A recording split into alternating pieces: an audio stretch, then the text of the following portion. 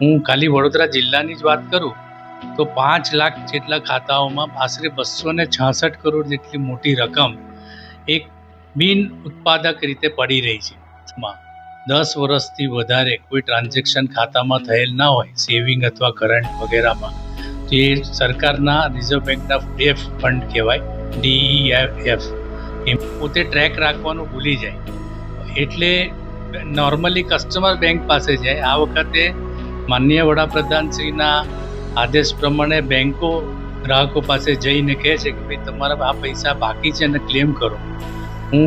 અમે આ કાર્યક્રમને સુચાલુ ચાલુ કરેલ છે અને અમુક જેટલા ખાતેદારોને અમે કોન્ટેક્ટ કર્યો અને માતબર રકમ, કોઈ કેસમાં 50-57 લાખ રૂપિયાથી માંડીને 24 લાખથી માંડીને 35,000 રૂપિયા જેટલી રકમો પણ ખાતેદારોને સુપ્રત કરેલ છે. આખી પ્રોસિજર 3 મહિના છે.